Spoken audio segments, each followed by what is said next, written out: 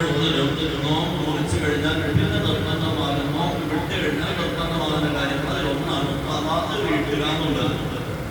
ഈ ഖളാ വീട്ടുന്ന തന്നെ പെട്ടെന്ന് ഖളാ വീട്ടുന്നത് കൊണ്ട് പെട്ടെന്ന് ഖളാ വീട്ടലില്ല, അടുത്ത വർഷം ആകുന്നതിന് മുമ്പ് ഖളാ വീട്ടിയാൽ മതി, അങ്ങനെയുള്ളതുകൊണ്ട് ഒരു മനുഷ്യൻ ഒരു കാരണമില്ലാതാണ് നോമ്പ് നഷ്ടപ്പെടുത്തിയത്. ചുമ്മാ ഒരു കാരണമില്ല, ഞാൻ നോമ്പ് പിടിച്ചില്ല, അല്ലെങ്കിൽ എനിക്ക് പണിയുണ്ടോ അതുകൊണ്ട് ഞാൻ നോമ്പ് പിടിച്ചില്ല, അല്ലാതെ നോമ്പ് പിടിച്ച് വന്ന് ആവശ്യമെന്നൊക്കെ മുറിച്ചവനല്ല. അല്ലാതെ ഒരു കാരണമില്ലാതെ നോമ്പ് പിടിക്കാത്ത ഒരാളാണ് എങ്കിൽ ചെറിയ പെരുന്നാളിന്റെ പിറ്റേ ദിവസം മുതൽ തന്നെ അവർ നോമ്പ് പിടിക്കൽ നിർബന്ധമാണ്. അങ്ങനെ പെട്ടെന്ന് നോമ്പ് പിടിച്ചില്ലെങ്കിൽ അതിന്റെ പേരിൽ നമുക്ക് പ്രത്യേക പണിഷ്മെന്റ് ഉണ്ട്. ചുമ്മാ തെറ്റിയിടിക്കും. ഈ മര്യാദകളെ കാണിച്ചത്, നീ റമളാനെ ആദരിച്ചില്ല, അതുകൊണ്ട് ചെറിയ പെരുന്നാളിന്റെ പിറ്റേന്ന് ഓരോ ദിവസം കഴിയും തോറും അതിന് പ്രത്യേകമായ ശിക്ഷയാണ് അല്ലാഹു തയ്യാറാക്കുന്നത്. വളരെ സൂക്ഷിക്കുക. അതുകൊണ്ട് നമ്മൾ എന്ത് ചെയ്തത്, അകാരണമായി നോമ്പിനെ നഷ്ടപ്പെടുത്തി കളയരുത്. രണ്ടാമത്, ഒരു മനുഷ്യൻ 29 അന്ന് രാത്രി, ഇപ്പോഴത് പറ്റില്ല, പഴയ കാലത്തുണ്ടായിരുന്നു, സുബഹിക്ക് പള്ളി വരുമ്പോഴാണ് അറിയുന്നത് എവിടെയോ കറ കണ്ടിട്ട് ചിലപ്പോൾ ഒരു ഓട്ടോയ്ക്കകത്ത് ഒരു ഹോണും ഒക്കെ വെച്ച് കെട്ടി നാളിലൊക്കെ വിളിച്ചു പറയും എപ്പോഴാണ് രാത്രി 2 മണിക്ക്. അപ്പോൾ മാസപ്പിറവി ദൃശ്യമായി, അതുകൊണ്ട് നാളെ നോമ്പാണ്. കേട്ടോ നോമ്പെടുത്തോ, കേൾക്കാത്തവർക്ക് നോമ്പില്ല. സുബഹിക്ക് പള്ളി വരുമ്പോൾ അറിയുന്നു, ഇന്നലെ മാസപ്പിറവി കണ്ടാൽ അതിനകത്ത് സംവിധാനങ്ങളില്ല. അവിടെ ചെറുപ്പത്തിൽ അങ്ങനെ സംഭവിച്ചിട്ടുണ്ട്. അപ്പം അങ്ങനെ വന്നു കഴിഞ്ഞാൽ ഇപ്പം രാത്രി ഇങ്ങനെ വിഷയമായി പിന്നീട് എന്തെങ്കിലും അറിയുന്നത് നോമ്പാണെന്ന് കുറെ പേർക്ക് നോമ്പില്ലാതായി.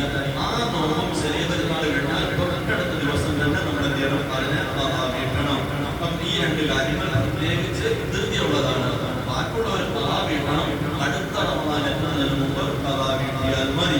ഇനി ഖളാ വീട്ടാത്തവരുണ്ട്, മുസ്ലിമായി അവർ ഖളാ വീട്ടുകൾ ഒന്നുമില്ല, അവൻ ഇനിയുള്ള നോമ്പുകൾ പിടിച്ചു വീട്ടിയാൽ മാത്രം മതി. അതുപോലെ ഭ്രാന്തൻ സുഖമായി, ഭ്രാന്തിന്റെ കാലത്ത് നോമ്പൊന്നും ഖളാ വീട്ടേണ്ടതില്ല. അടുത്തൊരു വിഷയം, ഒരാളുടെ നോമ്പ് നഷ്ടപ്പെട്ടു, അല്ലെങ്കിൽ നോമ്പ് നമുക്ക് എന്തെങ്കിലും നിലയിൽ പോയി എങ്കിൽ പിന്നെയും നോമ്പുകാരനെ പോലെ തന്നെ നിൽക്കണം. നോമ്പുകാരനെ പോലെ ഭക്ഷണം കഴിക്കാൻ പാടില്ല. നോമ്പുണ്ടോ? നോമ്പില്ല, പക്ഷെ ഭക്ഷണം കഴിക്കരുത്. ഭക്ഷണം കഴിച്ചാൽ ഓരോ ഭക്ഷണം കഴിക്കണം ക്ഷമാമാണ്. അതാരാ? ഒന്നാമത്തെ നേരത്തെ പറഞ്ഞ പോലെ ഒരു കാരണമില്ലാതെ നോമ്പ് പിടിക്കാത്തത്. ചില ആൾക്കാരുണ്ട് നോമ്പ് പിടിക്കാറില്ല, രാവിലെ എണ്ണേത്താഴെ കഴിച്ചിട്ടില്ല, നീയത്തെ ചെയ്തില്ല, നോമ്പ് പിടിച്ചിട്ടില്ല, പക്ഷെ അവൻ രാവിലെ ഒരു ഗ്ലാസ് ചായ കൊണ്ട് കുടിക്കുന്നു, ഒന്നര ഹറാമിയായി. അത് കഴിഞ്ഞിട്ട് അല്പം കഴിഞ്ഞപ്പോൾ 1 ഗ്ലാസ് വെള്ളം കുടിച്ചു, അത് 2ാമത്തെ ഹറാമായി. അത് കഴിഞ്ഞതിന് ശേഷം എന്തെങ്കിലും കാപ്പി കുടിച്ചു, അത് 3ാമത്തെ ഹറാമായി. അത് കഴിഞ്ഞപ്പോൾ ഒരു വീട് മരിച്ചു, അത് 4ാമത്തെ ഹറാമായി. നമ്മുടെ നോട്ടത്തിൽ എങ്ങനെ നോമ്പില്ല, അതുകൊണ്ട് എല്ലാം ഒറ്റയടിക്കൂടിയില്ല, ഓരോ സെപ്പറേറ്റ് കേസാണ്. അവനങ്ങനെ മറുപടി വരെ ചെയ്യുന്ന ഓരോ നോമ്പ് മുറിയുന്ന കാര്യങ്ങൾ സത്യത്തിൽ നോമ്പില്ല, പക്ഷെ അവൻ അതിൽ വിട്ട് കിടന്നവനാണ്, ആരോഗ്യമായിട്ട് നോമ്പ് പിടിക്കാത്തവനാണ്. അതുകൊണ്ട് കാരണമില്ലാതെ നോമ്പ് പിടിച്ചവനെ സംബന്ധിച്ചിടത്തോളം അവൻ സുബഹി മുതൽ മഗ്‌രിബ് വരെ ചെയ്യുന്ന ഓരോ കാര്യങ്ങൾക്കും അവൻ ഹിസാബ് പറയേണ്ടി വരും. അങ്ങനെയുള്ളവര് നോമ്പ് പിടിച്ചില്ലെങ്കിൽ നോമ്പ് പിടിക്കേണ്ട നീയന്റെ നോമ്പില്ല, പക്ഷെ നോമ്പുകാരനെ പോലെ നിന്നുള്ള പണിഷ്മെന്റ് ആണ്. ഇതിന് തല്ലുകൊടുക്കാൻ വേണ്ടിയുള്ള ഒരു വഴി, അത് വളരെ ശ്രദ്ധിക്കുക. അല്ലാഹു ഭയങ്കരമായിട്ടാണ് അതിൽ ഇടപെടുന്നത്. രണ്ടാമത്തേത്, ഒരു മനുഷ്യൻ എന്ത് ചെയ്തു, രാത്രി നിയ്യത്ത് ചെയ്യാൻ മറന്നുപോയി. അതങ്ങനെ പലർക്കും വരും, രാത്രി നിയ്യത്ത് ചെയ്യാൻ മറന്നുപോയിട്ട് രാവിലെ ശനിയാഴ്ച ഓർക്കുന്നത് ഒന്നാമതേ എന്നതിന് ഞാൻ നിയ്യത്ത് ചെയ്തില്ല. സന്മതമനുഷ്യർക്ക് മാർഗമില്ല. ഇത് നോമ്പുകാരനെ പോലെ തന്നെ നിൽക്കണം, ഭക്ഷണമൊന്നും കഴിക്കുന്നത്, പക്ഷേ നോമ്പ് നമുക്കില്ല. ഈ നോമ്പ് പിന്നീട് ഖളാ വീട്ടണം. ചെറിയ പെരുന്നാൾ കഴിഞ്ഞാൽ എന്ത് ചെയ്യണം? ഖളാ വീട്ടണം. എന്നാൽ ഹനഫി മദ്ഹബ് അനുസരിച്ച് നമുക്ക് പ്രശ്നമില്ല. ഏതാണ്ട് ഒരു 9-10 മണിക്ക് മുമ്പ് നമുക്ക് നിയ്യത്ത് ചെയ്താൽ മതി. അതൊരു ചെറിയ വിട്ടുവീഴ്ച മറ്റ് ചില മദ്ഹബിലുണ്ട്. മാലിക്കി മദ്ഹബിൽ വേറൊരു വിട്ടുവീഴ്ച കൂടിയുണ്ട്. എന്തൊക്കെ പറയുന്നത്, നമുക്ക് ആവശ്യപ്പെട്ട ചില സന്ദർഭങ്ങൾ ഉപയോഗിക്കാൻ വേണ്ടി മാലിക്കി മദ്ഹബിൽ നോമ്പ് 1-ന്റെ തന്നെ മറ്റു 30 നോമ്പിലൂടെ നിയ്യത്ത് ചെയ്യാം. അങ്ങനെയുള്ള ചില വിട്ടുവീഴ്ചകളൊക്കെ ഉണ്ട്. നമുക്ക് അടുത്ത വർഷം 1ാമത്തെ നോമ്പിൽ തന്നെ രാത്രി തന്നെ 30 നോമ്പിൽ നിയ്യത്ത് ഇങ്ങനെയൊക്കെ ചില പള്ളികൾ ആവശ്യമുള്ളത് ഉപയോഗിക്കാം. എന്നാണെങ്കിൽ നമ്മളെ സംബന്ധിച്ചിടത്തോളം നമുക്ക് രാത്രി തന്നെ നിയ്യത്ത് ചെയ്യണം. രാത്രി നിയ്യത്ത് ചെയ്തില്ല എങ്കിൽ രാവിലെ ആയാൽ ഒരു രക്ഷയുമില്ല, നോമ്പുകാരനെ പോലെ തന്നെ നിൽക്കണം. ആ നോമ്പ് പിന്നീട് ഖളാ വീട്ടുകയും വേണം. അതുപോലെ തന്നെ നോമ്പുകാരനായി പ്രായപൂർത്തിയായി എന്ന് പറഞ്ഞ ഒരു കുട്ടി, അവൻ എന്ത് ചെയ്തു, റമളാൻ നോമ്പുകാരനാണ്, പകലിനിടയിൽ അവൻ പ്രായപൂർത്തിയായി, സ്വന്തസ്കലനമുണ്ടായി. അപ്പോൾ മുറിക്കരുത്. നേരെ മറിച്ചൊരു കുട്ടി, ആ കുട്ടിയെ സംബന്ധിച്ചോളം രാവിലെ 10 മണിക്ക് നോമ്പ് മുറിക്കണോ? നോമ്പ് മുറിക്കാൻ പ്രശ്നമൊന്നുമില്ല. നോമ്പ് മുറിക്കുന്ന പ്രശ്നം അത് കുട്ടിയാണ്. പക്ഷെ അവൻ പകലിനിടയിൽ പ്രായപൂർത്തിയായപ്പോൾ അവൻ കുട്ടിത്തം മാറി, അവനിപ്പോ വലിയ ആളായതുകൊണ്ട് ഇനി എന്ത് ചെയ്യരുത്? മകന് വരെയും നോമ്പ് മുറിയേണ്ട കാര്യമൊന്നും ചെയ്യരുത്.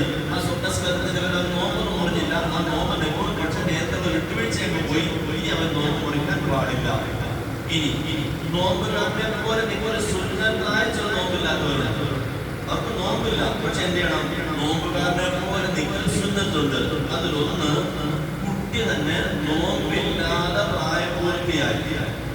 നേരത്തെ പറഞ്ഞങ്ങനെ നോമ്പുകാരനായ ഒരു കുട്ടി അവൻ രാവിലെ ഉറങ്ങിയപ്പോൾ അവന് പ്രായപൂർത്തിയായ അവൻ ഇനി മകന് വരെയും നോമ്പുകാരനെ പോലെ നിൽക്കണം, അവന് നോമ്പ് മുറിക്കാൻ പാടില്ല. ഇനി ഒരു കുട്ടി അത് നോമ്പില്ലാതില്ല, കുട്ടിയല്ലേ നോമ്പ് പിടിച്ചില്ല, പക്ഷെ എന്ത് ചെയ്തു? അവനെ പറഞ്ഞ പോലെ രാവിലെ 10 മണിക്ക് അല്ലെങ്കിൽ ഉച്ചയ്ക്ക് അവൻ പ്രായപൂർത്തിയായി എങ്കിൽ ഇനി അവൻ ഭക്ഷണം കഴിക്കാതിരിക്കൽ സുന്നത്താണ്. നോമ്പില്ല, പക്ഷെ നോമ്പുകാരനെ പോലെ നിങ്ങൾ സുന്നത്തുണ്ട്. രണ്ടാമത്തത്, പ്രാന്തൻ സുഖമായി, പ്രാന്തന് പ്രശ്നമൊന്നുമില്ല, അവന് ഭക്ഷണം കൊടുക്കാം. പക്ഷെ ഇപ്പൊ രാവിലെ 10 മണിയായപ്പോൾ അവന്റെ പ്രാന്തൊക്കെ മാറിക്കഴിഞ്ഞാൽ പിന്നെ അവന് ഭക്ഷണം കഴിക്കാതിരിക്കാൻ നിർബന്ധമില്ല, സുന്നത്താണ്. അതുപോലെ തന്നെ കാഫിർ മുസ്ലിം കൂടുതൽ വരുന്നില്ല. പിന്നെ വരുന്നൊരു കേസ് ഏതാ? നമ്മുടെ ഭാര്യ കൈതോ നിഫാസോ ഉള്ള അവസ്ഥയിൽ നിന്നും മാറി. 2 രംഗം പഠിക്കണം അതിന്. അതൊക്കെ നമ്മുടെ സ്ത്രീകൾക്ക് പോയി അറിയാൻ വയ്യാത്ത.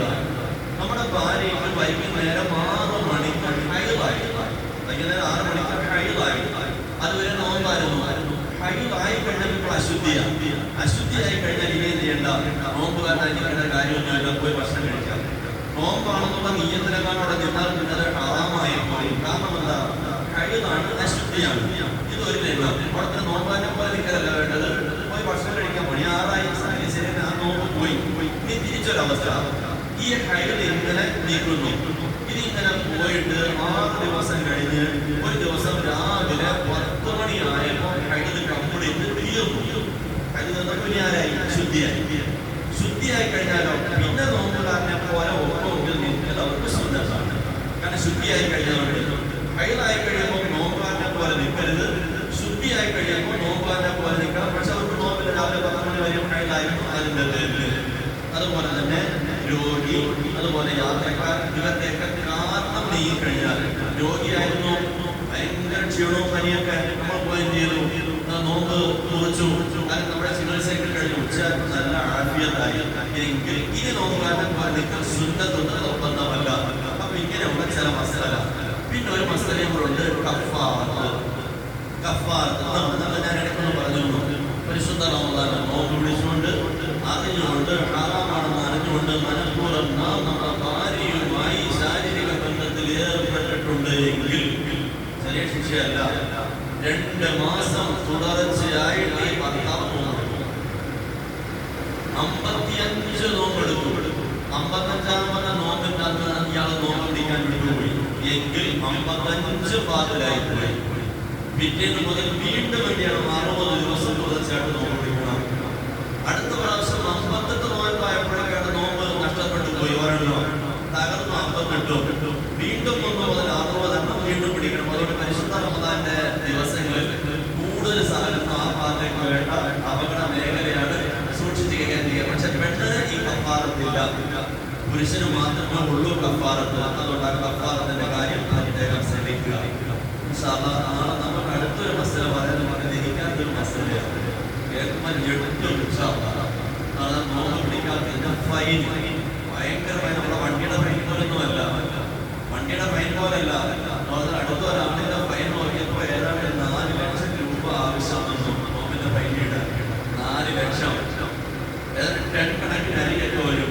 അതുകൊണ്ട് അടുത്ത ക്ലാസ്സിൽ ചർച്ച ചെയ്യാം. അല്ലാഹു സുബ്ഹാനഹു വ തആല നമുക്ക് നല്ല കാര്യങ്ങൾ മനസ്സിലാക്കാൻ അനുഗ്രഹിക്കുമാറാകട്ടെ. നമ്മുടെ നോമ്പുകൾ അത് നല്ല രൂപത്തിൽ അല്ലാഹുവിന്റെ മുമ്പിൽ നിന്ന് സമർപ്പിക്കാൻ അനുഗ്രഹിക്കുമാറാകട്ടെ. സന്തോഷത്തോടെ നോമ്പ് പിടിക്കുന്ന രംഗം ഉടമസ്ഥരുമായി നമുക്ക് സംസാരിക്കണം.